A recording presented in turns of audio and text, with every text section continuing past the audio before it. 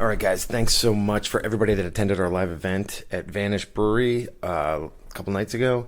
It was fantastic. We had a intimate but raucous crowd out there. It was great. I'd like to thank True Work for sponsoring the show. Their website is trueworktools.com. It's TrueWerkTools.com. We have a promo code for our listeners. That's CMP18. That's going to give you 18% off your first order when you log in. Use that promo code. Their gear is great. If you check out the show on YouTube, I'm actually wearing head to toe in True Work. The stuff is fantastic. We talk about it a little bit on the show. Again, thanks everybody that came out to support us. It was a great event, and we are definitely going to do one in the near future as well, because it was fantastic. Anyway, check out trueworktools.com, CMP18 for a discount. Support them. They support the entire construction industry. They're fantastic. Thanks, everybody, and enjoy the show.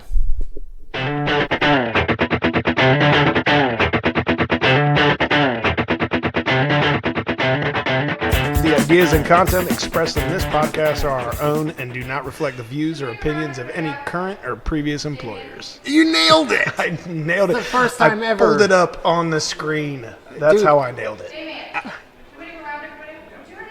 Yeah, we just started. Gina, hey, what are you doing? Gina's here, everyone. Thanks, doing? Gina. Oh my God. Dude, I think we need to have people watching you every time because you nailed it. Well, First time out. I read it off the screen this time instead of trying to remember it. I'm not doing that. We're at a brewery, dude. I've already had a beer. I'm not scripted. Why don't you set the stage? You've been talking about this for weeks.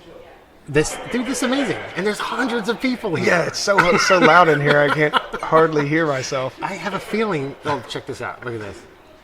George, you're amazing, buddy. The man. You're amazing. Thank you. Can I swap this out? Absolutely. See, and if people aren't watching on YouTube, they're going to have no idea what we just did. They're going to have no idea that I just had a beer delivered to the table while we're doing this podcast. So, incredible. Right. All right. So we are live-ish. Ish. We're recording. We're as live as we've ever been. Right. So we're live at Vanish Brewery, which is amazing. This place is incredible. We've got two fantastic guests today. Jason, I don't know if you noticed, Ben's sitting right next to you. So we have Ben Frick. We're going to talk to him about his... he's just got a really robust... He's got a really robust career in construction management. Extremely. So we're going to get into that a little bit. And then after we talk to Ben, we're going to talk to Jonathan, who actually owns Vanish Brewery. Cool. And he's going to talk to us about the construction that he did out here. And we'll actually post pictures of the brewery, of all the construction that we're talking about on Instagram. Maybe we can boost some numbers. If you're listening, you can boost some numbers on Instagram. That's true. And we're going to post the video on YouTube. And these guys are way better than some of our other guests, like your dumbass brother who's around here somewhere. Oh, Super I Jake. don't know where he went. Super Jake? I don't know where he went either. Anyway, but before we do that, we got to get through a little bit of business, right? So we always talked about having the sponsor that actually a sponsor that we could believe in, that wants to help promote construction management, safety on the job site, the health and wellness of our trades, and we finally found one in True Work. They are a clothing manufacturer. They're out of Colorado, and they build clothing for the industrial athlete. And the first time I heard that, I thought, oh my God, that's exactly what construction managers and trade workers are. Yeah. They're out there in the elements.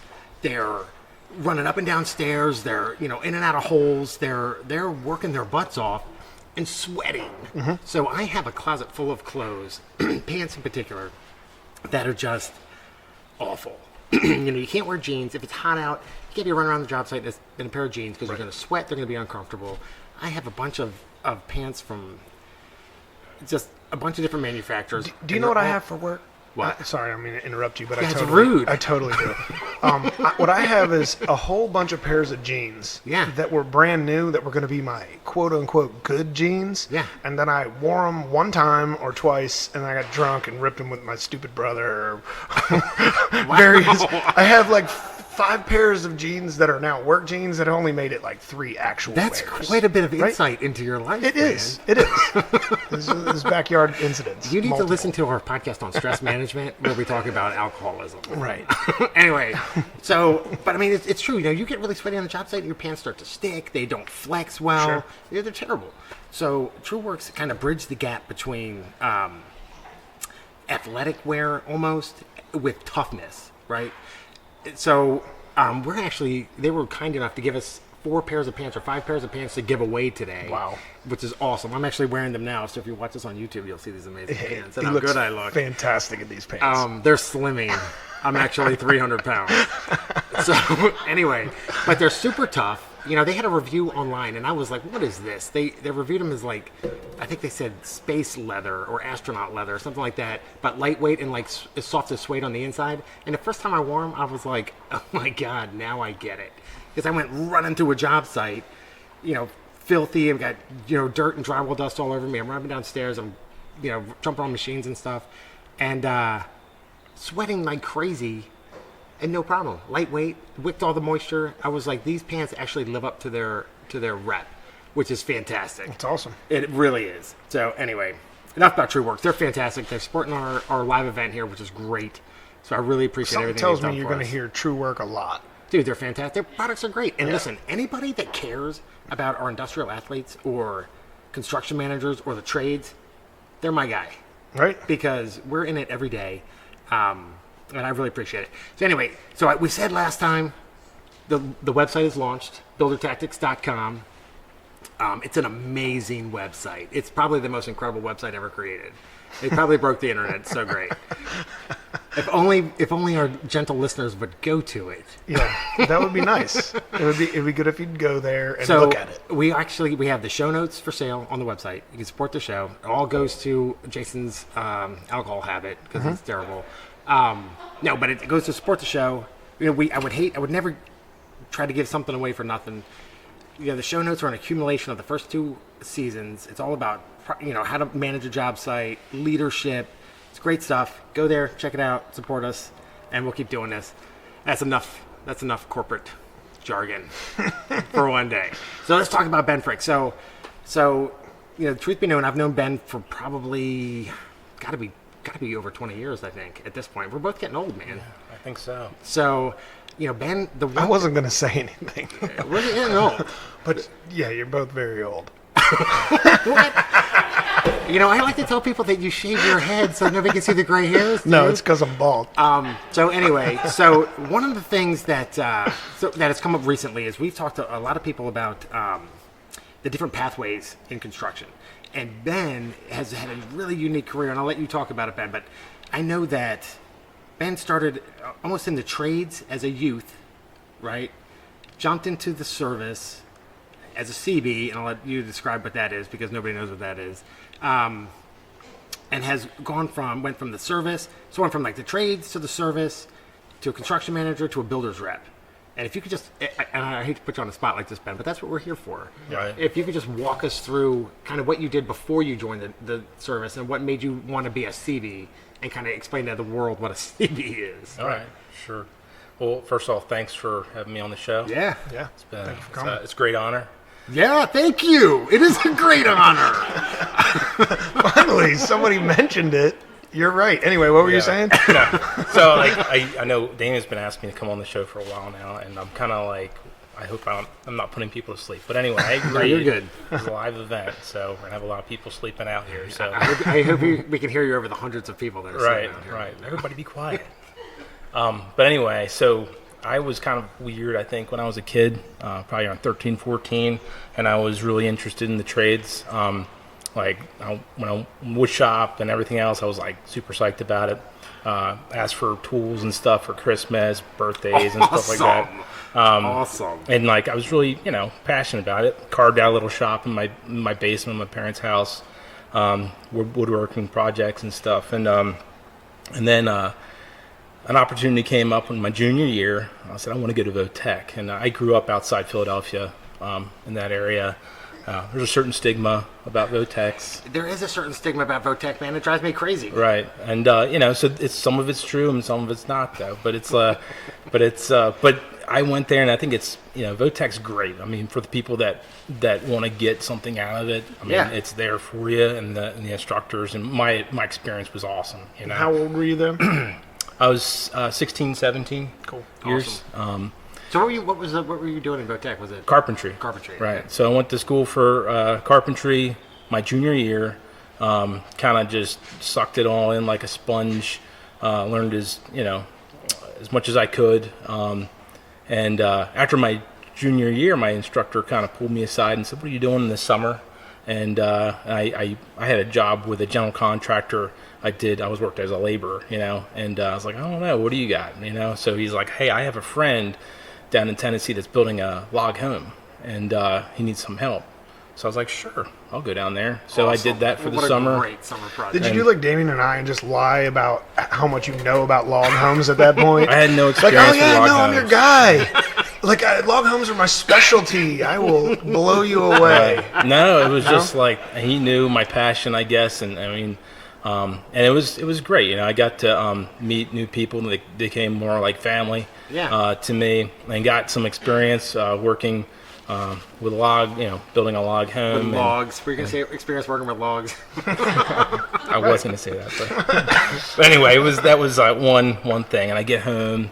It was my senior year, and then it was kind of like weird. Like all these projects started popping up. Like my parents' roof was leaking, and they're like, "Hey, we need you to put a new roof on our house." And it was cool. I went to my shop teacher, Mr. Root, and I was like, explained to him what was going on, and he's like, "Absolutely, He's like, I'm gonna partner with you. I'm gonna come alongside you, but I'm gonna give you credit for this, Awesome. And so basically, instead of going after high school, after my high school class, which finished up around noon, instead of going to Tech, I would go to my house and work on the roof. And he said, "Tell me, who do you want to be on your crew? How many people do you want?" And I was like, wasn't even anticipating that. I was going to do it myself. That and is he super cool. provided You're like me 7. Yeah, he provided me manpower. He's like, "Who do you want on your crew?" I was like, "Is it in this class?" And he's like, "The whole Votech. Who do you want?" And I had people that were in the electrical program and everything else. And So you were managing right. That is amazing. Yeah, I had no idea at the time, but I was learning how to manage. That is super cool. Kind of skill. And so it was like throughout that year, I get out, I finished that project for my parents, and it was kind of cool. In the shop, I kind of carved out a little corner in the shop and basically made it my own little shop within a shop. And I was doing cabinetry, like I was doing built-in bookcases for people. Wow. And other projects that people would just kind of come in. A lot of people were like, they needed some help, or they wanted to provide activities or projects for Votech students.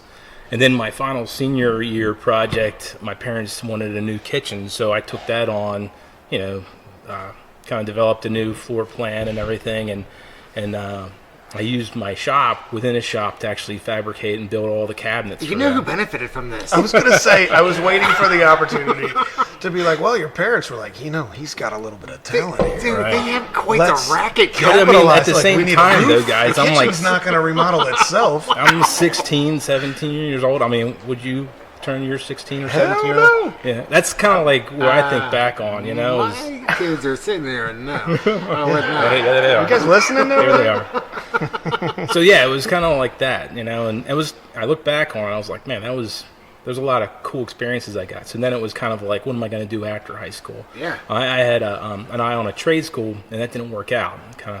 It was kind of a punch to the gut, but I ended Why up. didn't it work out? Was it the cost?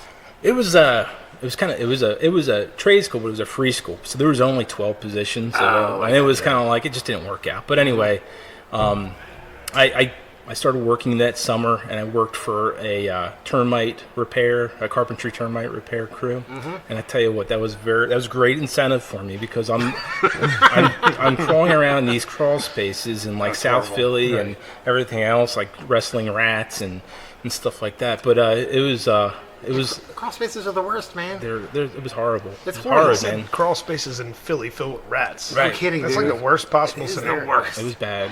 I still have nightmares about So that. let me ask you a question. So let's jump ahead just a little bit. So when you Sure. joined the Navy, had you heard of the Seabees before that, or no? Or did they tell you about it when you got there? All right, so that was my next step. I mean, like I received a phone call from a Navy recruiter. I was getting calls from the Army recruiter too, and it was kind of like I did a little research, and I was kind of between the Corps of Engineers and the Seabees, and Corps of Engineers are more horizontal construction, civil, and then the Seabees kind of had the vertical entity to it, and I was like, that's what I want. That's what I am, you know. Yeah. I'm a builder, carpenter, you know. So that's kind of how I made that decision. Well, the other thing that kind of drove me to that was, you know, John Wayne had made a movie about the Fighting Seabees. and I was a big John Wayne fan. So you know, Awesome. so I actually saw John Wayne the Fighting Seabees before actually, you know, so I kind of had an idea of what Awesome. it was. So, but the Seabees, you know, to your question, are the Navy's construction battalion. Okay. They do a lot of contingency construction, so airways. They do bridges. They do roadways. They build schools. I mean, it's they fight, and they're an infantry Right, unit, right? and Dude, they're- it's badass. You get the best of both worlds, Right, Because you right. get to learn a trade, and you get to be, you know, Yeah. Right. A badass. a badass. Yeah, it's cool. It was cool. So I did, you know, did the boot camp, went to NA school, graduated top of my class there, and then I was assigned to a battalion. I did about 3 deployments. I did one in the European theater, and then I did one in the Pacific theater. But I was in the States. Technically, I was in Hawaii, and then I was preparing for another deployment back to the European theater. When I was offered a position to come up to Maryland and work for the White House military office. That's super cool. Yeah. So that's kind of how I ended up in White the area. House military office. Right. So in the White House military office, I mean, you have the White House, you have you have Air Force One, HMX, which is Helicopter Squadron in Camp David. So that's kind of where I had a lot of projects that I worked on. So what kind of projects did you do there? I did a lot of just handled the facility maintenance and projects within the facilities. So when you were at the White House, what'd you call it? White House Military office. Were you were managing crews? I did some. I had some management, but it was kind of. I had a shop. Okay, so in my shop I had 5 other people, so I had managed 4 other That's people. enough. So Right. so I know after you left, By like your standards, that's enough. I mean it's a lot. I mean, yeah. dude, That's enough. Are you kidding Right. me? Dude, managing one person, it's like, really? Are you gonna do it? Come on, please. It was a great experience. I mean, I remember going around and I would be around a lot of important people, Yeah. Including the president. And I had no idea who these people were, but then I'd go home and watch the news. I'm like, I know that guy. That is know badass. that. it was- Yeah. it That was is pretty- badass. Yeah, it was so pretty cool. How do you think? So I know after you left the service, you were you got a job as a construction manager. But how do you compare the experience? Because you started managing people when you were a teenager, right?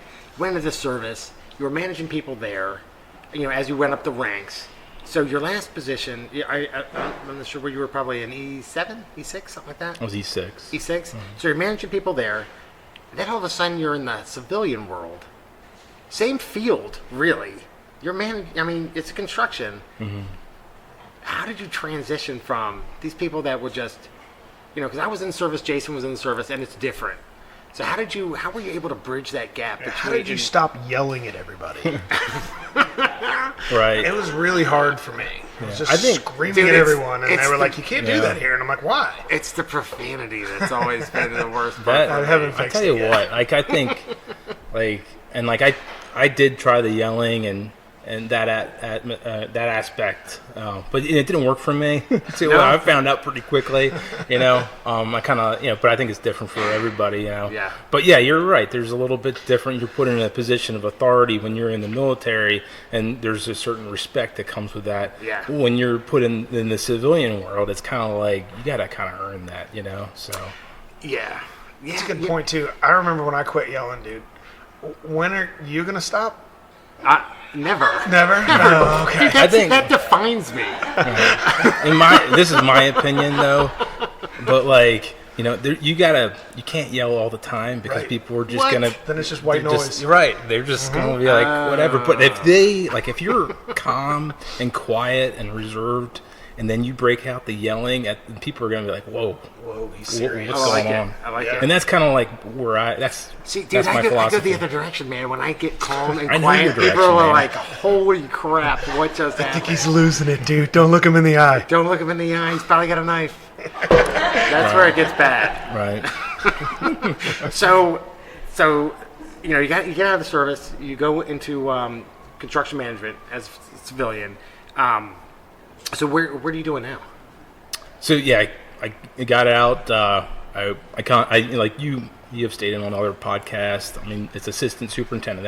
That's where you start out. That's where you start. That's where you learn things, and that's he was right. That's interesting.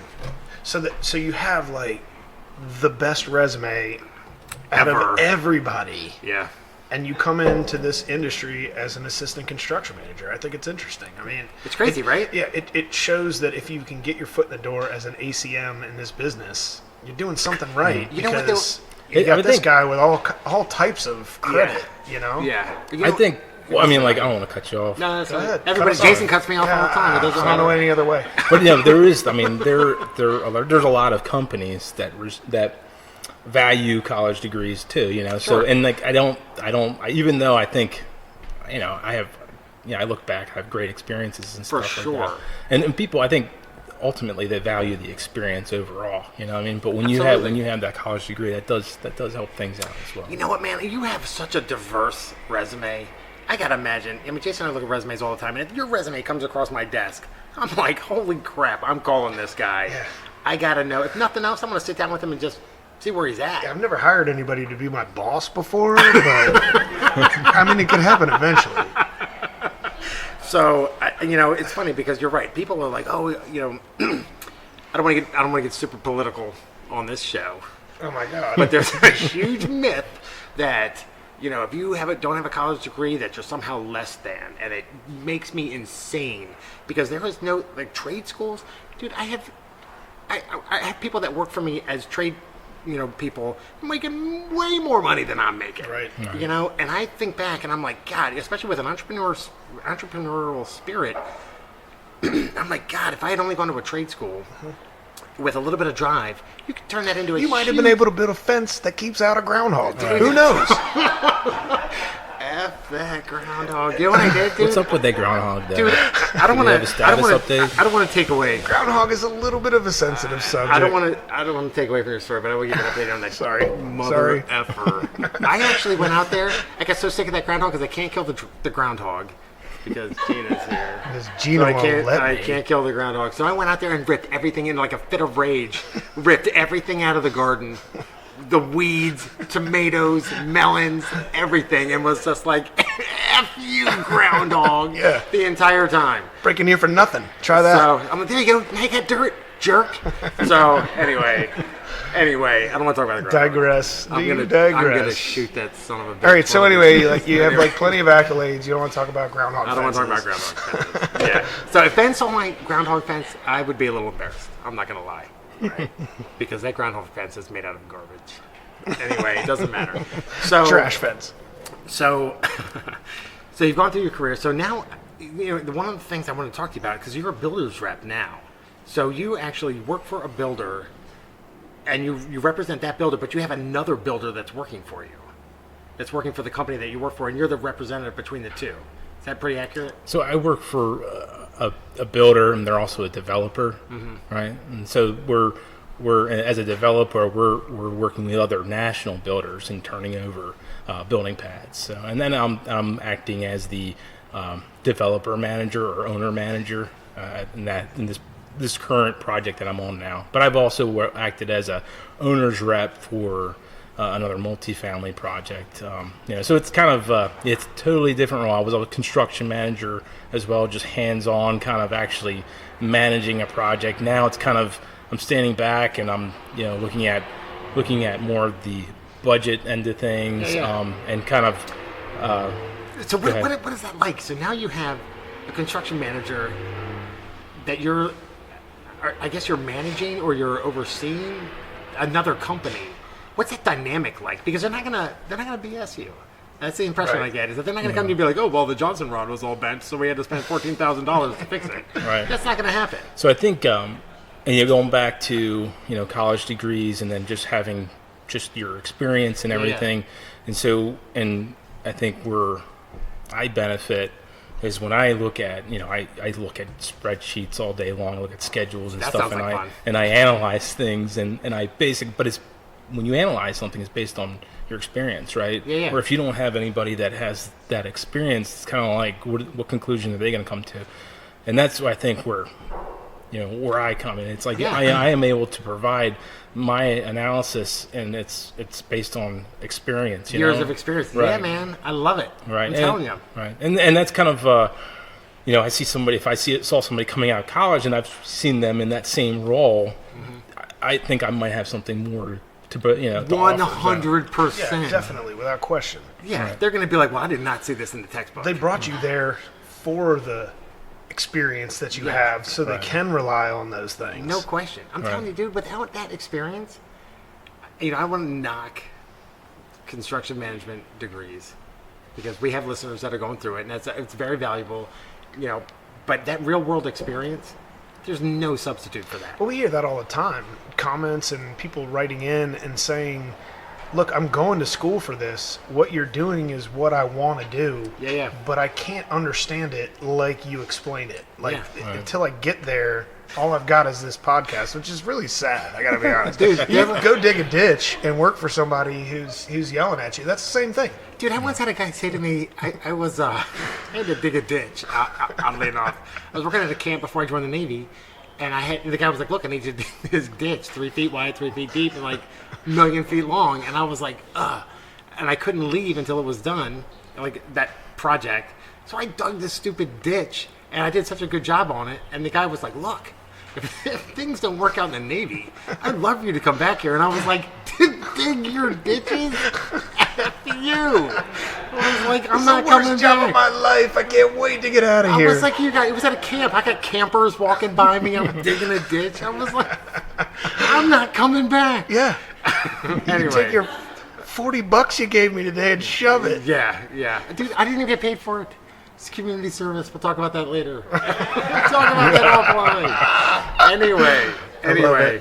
All right, Ben, thank you so much for coming on the show. Thanks Dude, for your having me experience is awesome. And I think what it does is it shows people that where are you going? You're not done talking. I thought that was my cue to go. That's what we I was actually here when we talked about this, and you said you were going to say, I know. Ben, thanks for coming. And that was his cue. It's rude. Yeah, That's your your fault. Fumbled that one. Sorry about that. No, it's my fault. I was just going to say, your experience and the fact that you don't have that college degree, but you have managed to get to span every aspect of construction management. You did the trades when you were a teenager, went into the service as a CB, you got out, you were a construction manager, now you're a builder's rep. Builder's rep is not easy. That's based on years and years of experience, because no builder wants you to represent them if you don't know what you're doing. True. And I just think it's super impressive. And that's one of the reasons I wanted you to come on the show and just talk about it. And you have to come on the show again. You've for got sure. more cool little detail. I want to hear some of those secret government. Right, yeah. Come on, tell us something. Sorry. Were you at Area 51? There was just a big raid secrecy. there. Oh, no, that didn't work out. Right. No, but just one thing I wanted to kind of leave you with, because I have some teenagers that I'm kind of trying to provide some wisdom with. Sure, and it's like, they're looking at careers and everything. And one thing that I see, I mean, there's nothing wrong with college, but what I see what I see lacking in people when they get out of college, the expectation is, I'm going to have a job, Yeah. And so, what they want to do, if they're going to do college, they want to also look for other opportunities for experience, Sure. And I think that's, and that's at the very least, look for those experiences. If you're not going to college, look for a place where you can get some experiences and volunteer. If you are going to college, do that same stuff. There's no reason why you can't make money while you're in college doing something that relates to the career. Absolutely. Right. Yeah, I had what was I going to say? Sorry. I had somebody went to school and they wanted to be work in a museum as a curator of a museum. I didn't know that was a degree, but curator of a museum. Yeah, and that's that's a degree. That's a degree. Yeah, but I mean, they get out and there's nothing moves, right? What do you do? Right. Do you know about the stuff that's in the museum? They didn't have it. There's no a lot of dusting. there's no job. But I mean, like, but I use there's no jobs I use for that as an example for my son. I was like, listen, I mean, like, they should have looked for. Wait, is this your son that wants to be the curator of the museum? No. Because I'm going to tell him right now, don't. So my son wants. I mean, Build never stuff. mind. We'll talk about that later. Okay. But anyway, I just wanted to kind of leave but, on that. But I love it. I love it. It's a Yeah. great message because Right. you're right. I tell people all the time, I'm like, hey, if you're going to go to college, you need to go there with a purpose to get a job when you get out, not just I'm going to. Well, we'll talk about that later. Yeah. That's a. You got to come back on. Thank you for coming out. yeah, there, no worries, guys. Awesome. Now get out of here, man. You're you're welcome. dude. Let's bring So Jonathan funny. out here. Definitely. Hey, I want to tell a story real quick. It's a little bit of a feel-good construction-related story while we're bringing Jonathan up. Had a random, in our county, a police report where there was a woman missing for over 24 hours. She had mental issues. Her family's looking for her. They got the police. They got the dogs out, all this crazy stuff. And she ended up turning up in a home under construction in Northern Virginia. And one of the CMs who found her was walking his house his first thing in the morning.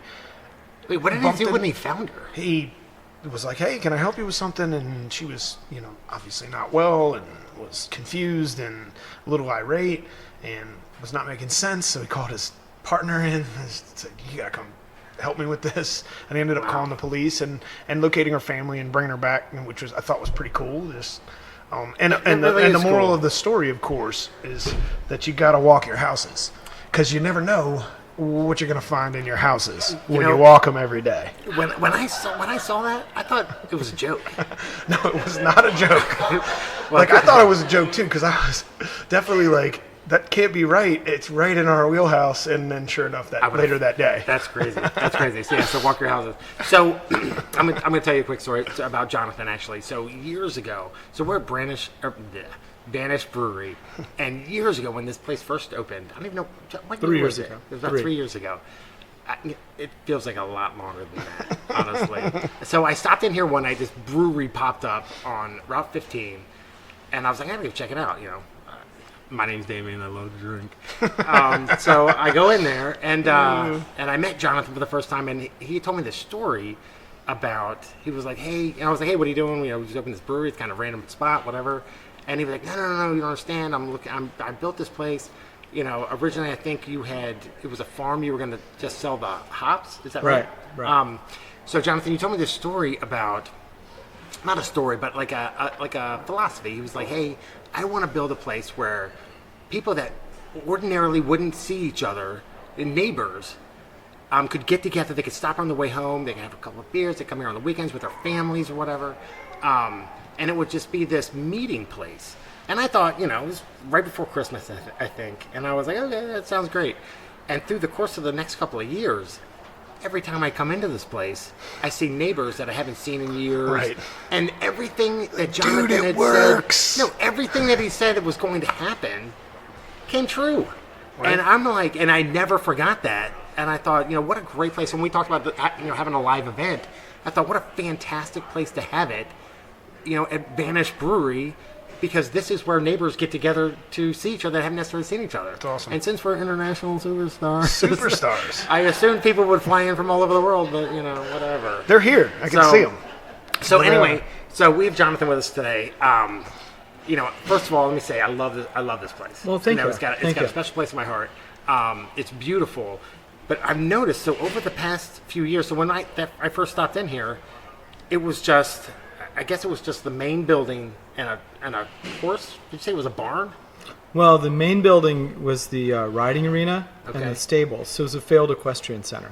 So is that when you bought it? It was a field equestrian center? So let me ask you a question. So if you don't mind... And it was also a construction dump, following with the theme of the show. Well, there's no such thing as a construction dump. Well, this was. Because this guy... Not on my job. We had 38 tons of tile that we had to remove. Wow. Oh, my God. So it was a tile dump. How's that? So they were just bringing it and just dumping it on the property? I think he was working at a site, and he would offer to take care of all of course. And he was living in one of the houses on the farm, and he'd bring trucks, and the woods were filled with tile. Wow. Hopefully he made some money. I think he probably did good. He had good margin. So walk us through. So you find this property. So kind of walk us through your vision of what you were thinking you were going to do out here. Sure. Well, I did printing, and then I redeveloped a old car dealership in Frederick, and then I opened a series of bars in DC. Awesome. So then, and my wife and I have 7 kids. So I was 7 late night kids. in DC. So I said I'm going to do something more laid back. So I bought this failed equestrian center, and I thought it's kind of cool. In agriculture, you don't have all the rules about construction you do in commercial Yeah. property. There's more freedom. Sure. So I thought this would be fun. I'm going to grow hops. And then I realized being here, the only place anyone in town would ever get together was the Valero station, which has its charms. Oh, okay. But okay. You know, And, gas station. It's a gas so station. I thought, I understand. I thought it's in the winter, it's cold. Yeah. And so I thought it would be cool to have a place where I could meet my neighbors and people get together. I'd talk to you. Yeah. Place Because we're that's super not a close gas to station. Brunswick. Yeah. Not a gas station. It's not a Yeah. gas station. Check. Luckett's is still known for our cheap cigarettes. So we have 2 outlets with the cheapest cigarettes in the state. But so we started with the building over there, and our original plan was to have about 200 people a weekend. Awesome. And we thought we could make it if we did that. And I'd worked before with GCs, and so here I had a chance to be my own GC. Yeah. And so that was one of the attractions of it, that I could do my own thing. So when you renovated the first building, you were your own GC when you did that? Yep. So what kind of, how tough was that when you were doing that? Well, I think everyone looks at everyone's job and thinks, well, how hard can that be? And you realize it's very difficult managing construction. Very difficult. But I ended up, I'd worked with a lot of different guys in the past, and I'd really been frustrated by architects. And Because so, they're frustrated. yeah. And so I said, I don't want anyone here like smoking weird cigarettes and wearing a black beret. I'm going to work with the guys. So I started talking to guys I'd met That's great. in the trades who had done different things. Yeah. And I said, hey, I'm doing this thing. Do you want to come look at some of this? And I had this idea of how I wanted things to look. And so I actually had the guys who do the work Yeah. sort of design it the way they would do it. And Oh, that's so awesome.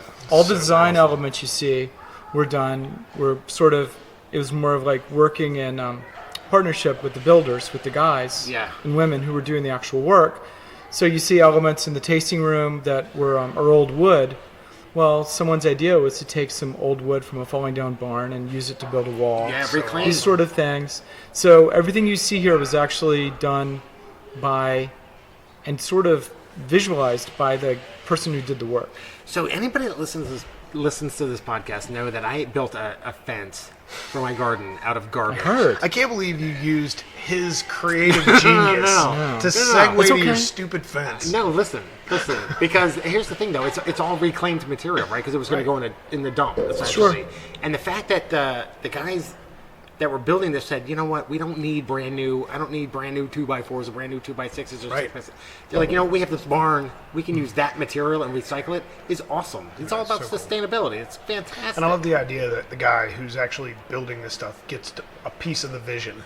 Because it doesn't happen a lot. It In doesn't. our No, business, you get zero And creativity. I'd go out for beers with guys when we're doing projects that we were there doing it deal is. with GCs, big companies like Folger Pratt or smaller companies, and the guys would say, I have these ideas of what I want to do, but my boss says just do this, or the architect saying I want this. Yeah. And so I always thought if I had a chance, I would try and see if I could work with them to translate their ideas. I love it. So we have a bar up there. The entire bar is built out of old tailgates from Toyota pickup trucks. Get out. What bar is that? It's a beach bar up on the other I side. didn't even see it. I didn't and, see it either. It's awesome.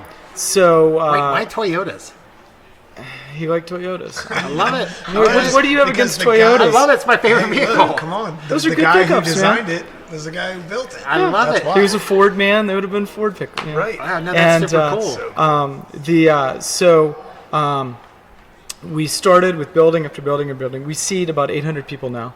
Yeah. And we seated 50 when you first came in. Yeah. And but each step of the way, we've had to work with the different variables of not being able, because we're not commercial. There are things we can get away with. Yeah. There are also things we can't do.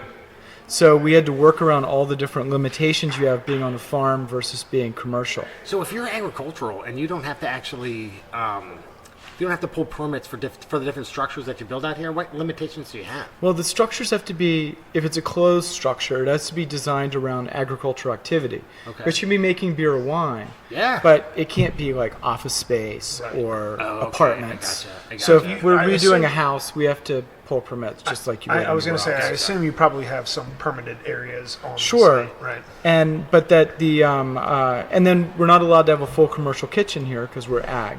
So You don't have a limita- full, your food is amazing. How do you Well, not thanks. have So not a full commercial we kitchen? have a commercial kitchen off site, and then we smoke the barbecue here on site. Okay. So the things you can do on site, you can't have a commercial kitchen with a hood. I thought you were going to tell me no vegetables. I was like, okay, I guess who cares about Who that? needs vegetables? Your brother will actually eat something here. We don't have many vegetables.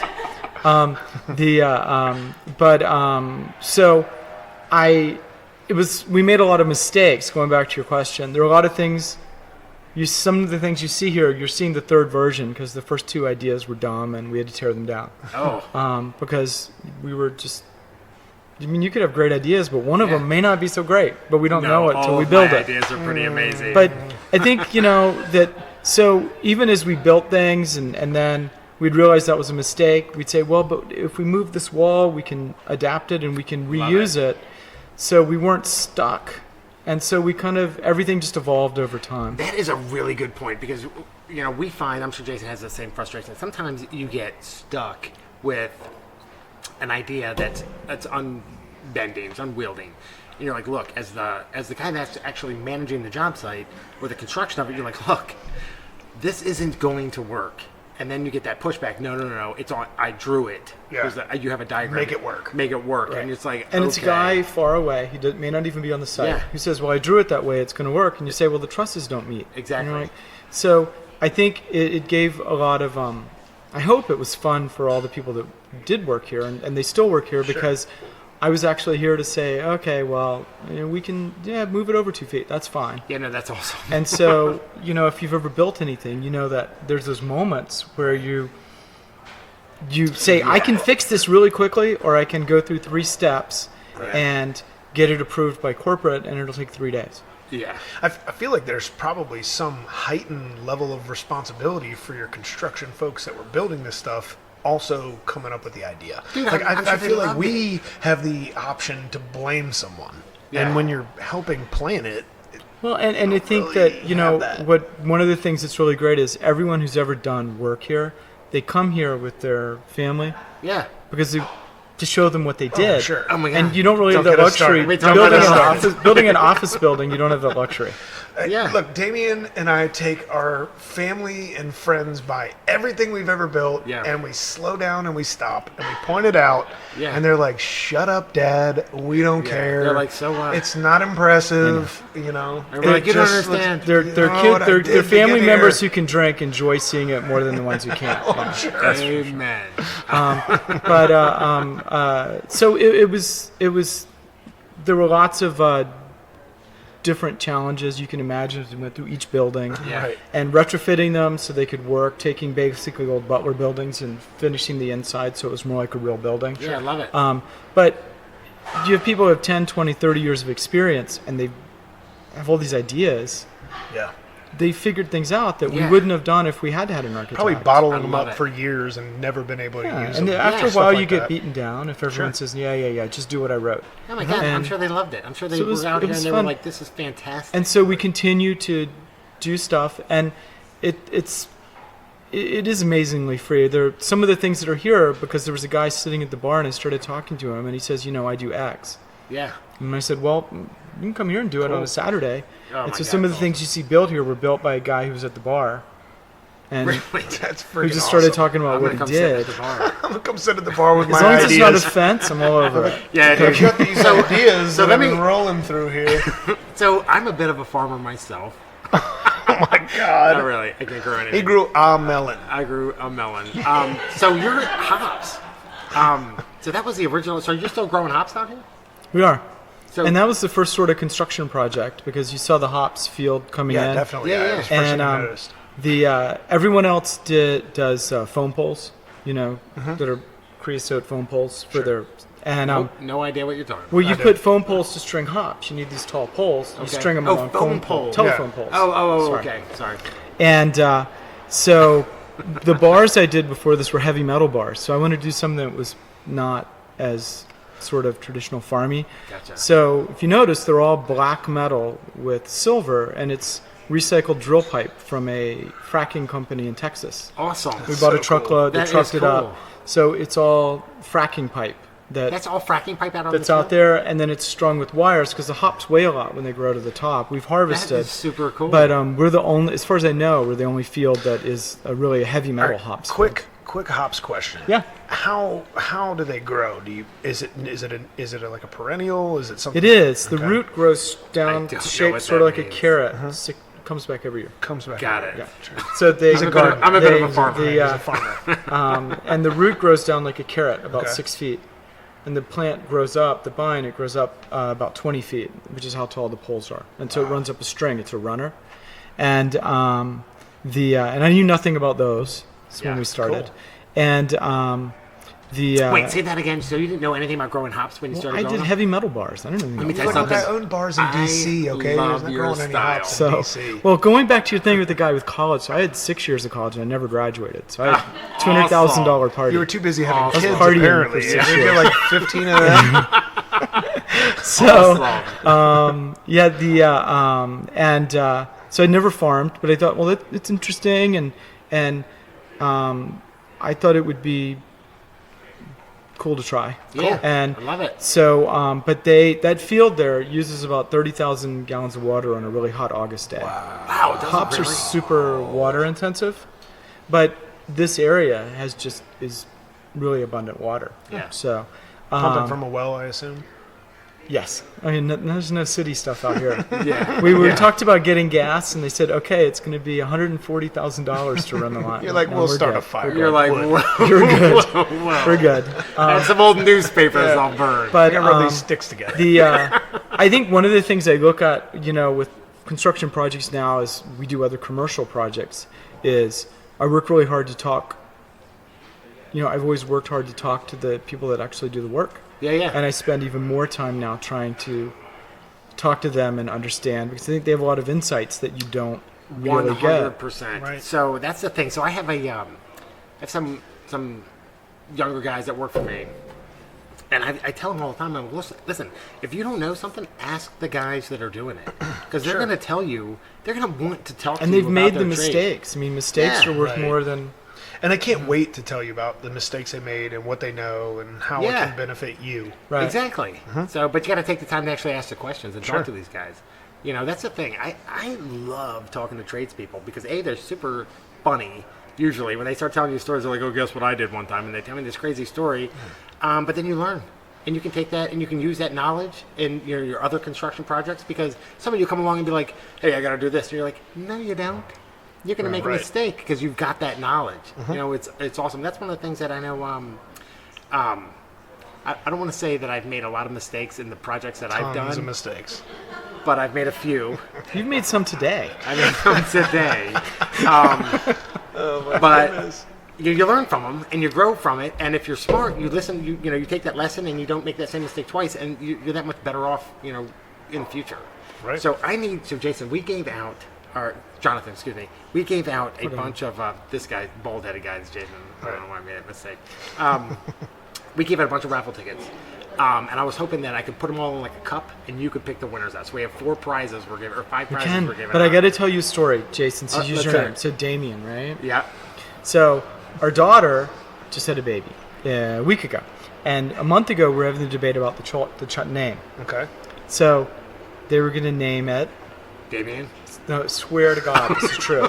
It came down to Jason versus Damien. Are you I kidding love me? Swear to it. God. Swear to God. The kid is bound for success. So I was like, can't you do better? But anyway, Those so are loser names. it really did come Again. down to those 2 names. Okay, so everyone's lobbying. So imagine with all the kids. Wait a minute. Do we get to weigh in? Well, it's already done deal. It's already done deal. I'm sure So, it's Damien. but everyone's lobbying for the name they want, right? Okay.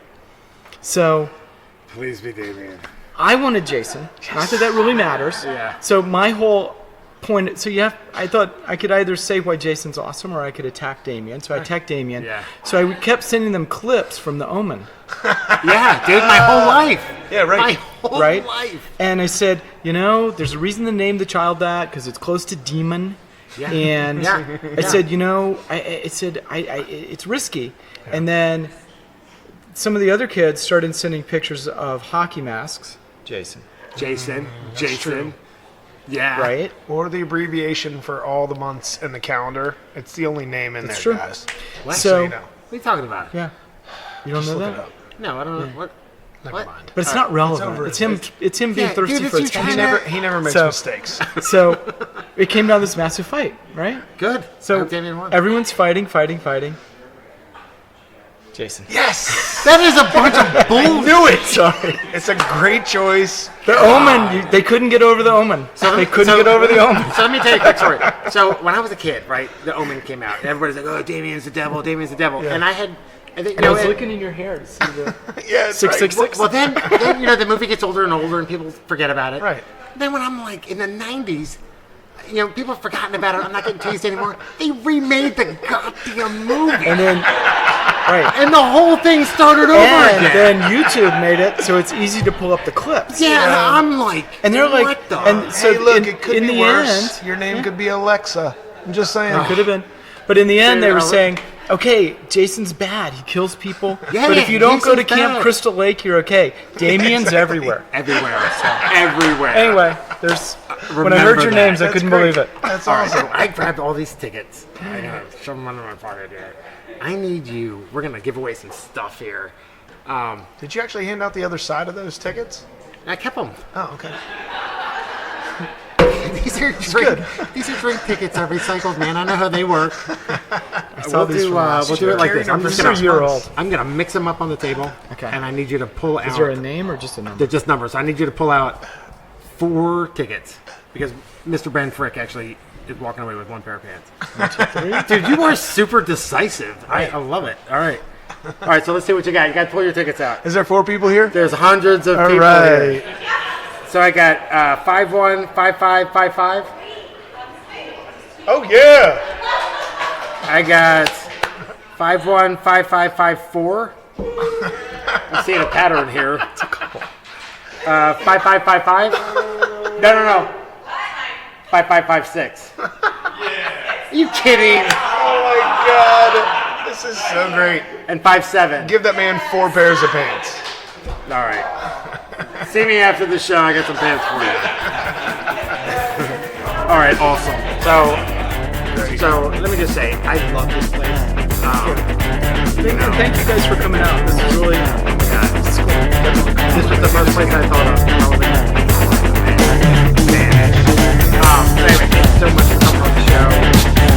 For our listeners out there, remember we've got I forgot the name of the website.